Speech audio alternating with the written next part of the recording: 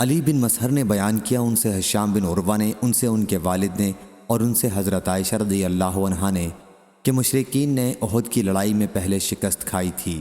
دوسری سند امام بخاری نے کہا مجھ سے محمد بن حرب نے بیان کیا ان سے ابو مروان یحییٰ بن ابی زکریا واسطی نے بیان کیا ان سے ہشام نے ان سے عروہ نے اور ان سے حضرت عائشہ رضی اللہ عنہا نے بیان کیا کہ ابلیس احد کی لڑائی میں لوگوں میں چیخا، اے اللہ کے بندو اپنے پیچھے والوں سے، مگر یہ سنتے ہی آگے کے مسلمان پیچھے کی طرف پلٹ پڑے، یہاں تک کہ مسلمانوں نے غلطی میں حذیفہ رضی اللہ عنہ کے والد حضرت یمان رضی اللہ عنہ کو قتل کر دیا۔